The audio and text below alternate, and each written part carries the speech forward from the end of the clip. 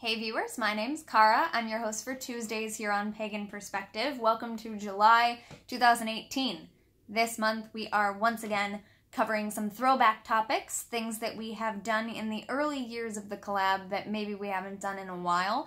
And this week we are doing book review week. And this can be any kind of book that we want to share, so it doesn't have to be a pagan how-to book or a spell book or anything like that, but it can be. And it could also be fiction with pagan themes, magic themes, something that we just really enjoy, something that we've loved forever, or something that we've read recently. Doesn't matter. I left it pretty open for everyone. So I have decided, because I actually do book reviews quite a bit, and I recently did a video on my personal channel of 5 book reviews in one video, and those were all pagan. Some of them were specifically Wiccan books, so I'll leave a link to that so you can check that out. But I do tend to talk about books a lot, and they tend to be pagan or witchy related books, nonfiction, how-to, religious, spirituality, stuff like that. So I decided to talk about a fiction book today, and I couldn't really decide which one. Like, do I want to talk about my favorite books? Not really, because I haven't read them in a while, so I have a lasting impression of how they make me feel and why I love them, but I read them again a few years apart at a time because I forget specifics, right? So then I read them again and I enjoy it all over again. So I didn't want to talk about those because I haven't reread them recently. And there are other fiction books that are related to my path and related to themes of paganism, sort of, I guess, other things. But I don't own copies of those books, so I didn't want to talk about those. So I narrowed it down to a book that I read somewhat recently, and I mentioned it on my Instagram account when I finished it. It is called The Book of Speculation by Erika Swyler. It was in the thumbnail for this video, so you already saw it. This book was given to me as a gift by the same person who gave me The Last Unicorn by Peter S. Beagle and Peter S. Beagle's most recent novel, Summerlong, which are both sitting on this bookshelf right over here.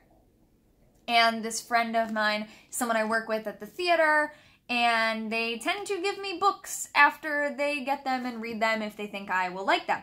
So on my Instagram account, in the caption from when I finished this book, I said, my friend got me this book. I keep wanting to say video because I'm recording a video.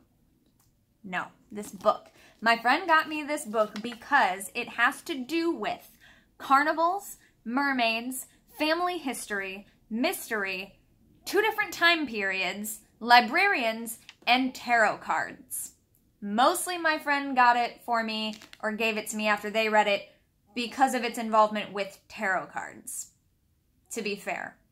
But all of those other things are really interesting to me too. I love books that go back and forth between different time periods. I love mysteries with history. I love historical fiction.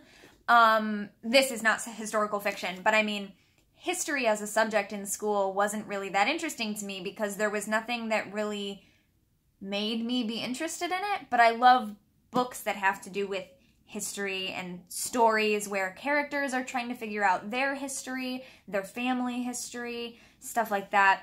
So yeah, there's a lot of mystery and it revolves around tarot cards in a really big way and mermaids and carnivals and stuff like that. So I really enjoyed this book. There are bits about the way that tarot is approached in this book and the way that the people who read cards in this book are talked about and how they communicate with their cards that really stuck with me and might be part of the reason that I've been doing a lot more tarot study this year than I ever have before and like really diving into it, because the way that they talk about the tarot cards and how they read and again how they communicate with their cards really stuck with me and has taught me a little bit. So it's not a how-to book, but it's a story that I feel is really gripping and that I really enjoyed that happened to have elements in it that I was like, I'm going to take that and try that out for myself and see how it works. And it works. And I really enjoy it. So I wish I had had the foresight to like choose an excerpt to read to you or something, but I didn't. However, I will read you the flyleaf, and I will show you the back of the book. The back of the book has reviews on it, but it also has an illustration of, oh, and there are unique illustrations of certain tarot cards in the book as well, done by the author. I believe all the illustrations are done by the author, if I recall. My copy also has a bonus short story that they wrote.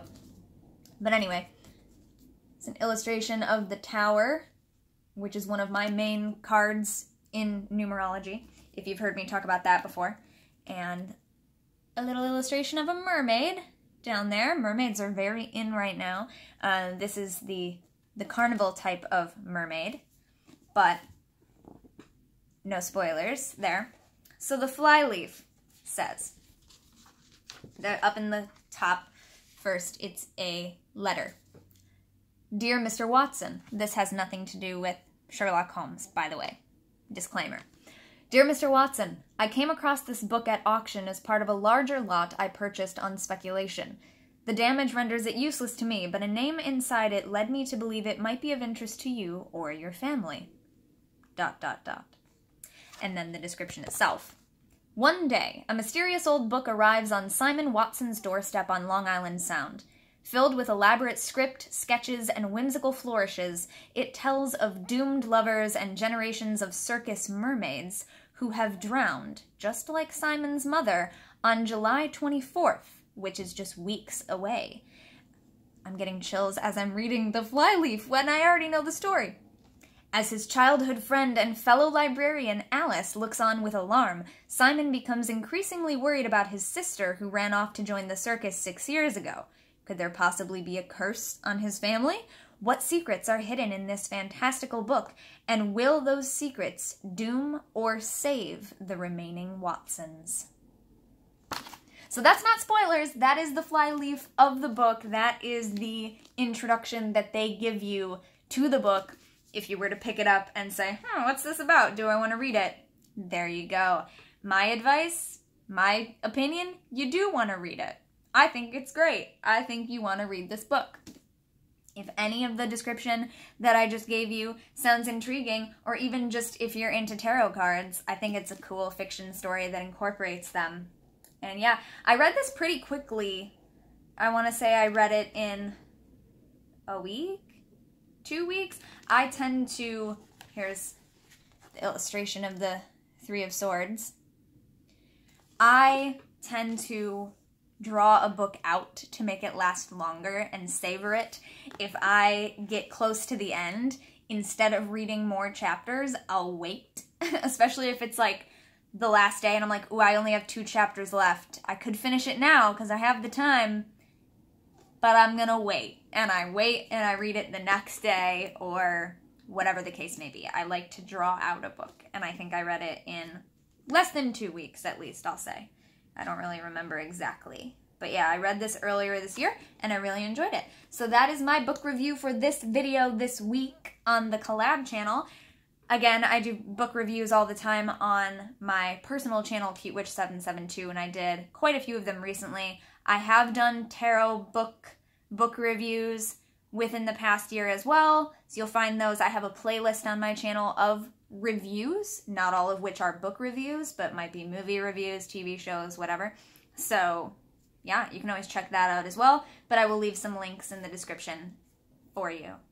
Let us know what you're reading currently. If you have any fiction with pagan or magic related themes, things that have affected your path in some way, shape, or form, or the typical traditional non-fiction witchy pagan how-to type book. If you want to leave any of your recommendations in the comments for your fellow viewers, you may feel free to do so. I will see you next time. Until then, don't forget to be awesome, blessed be, and goodbye.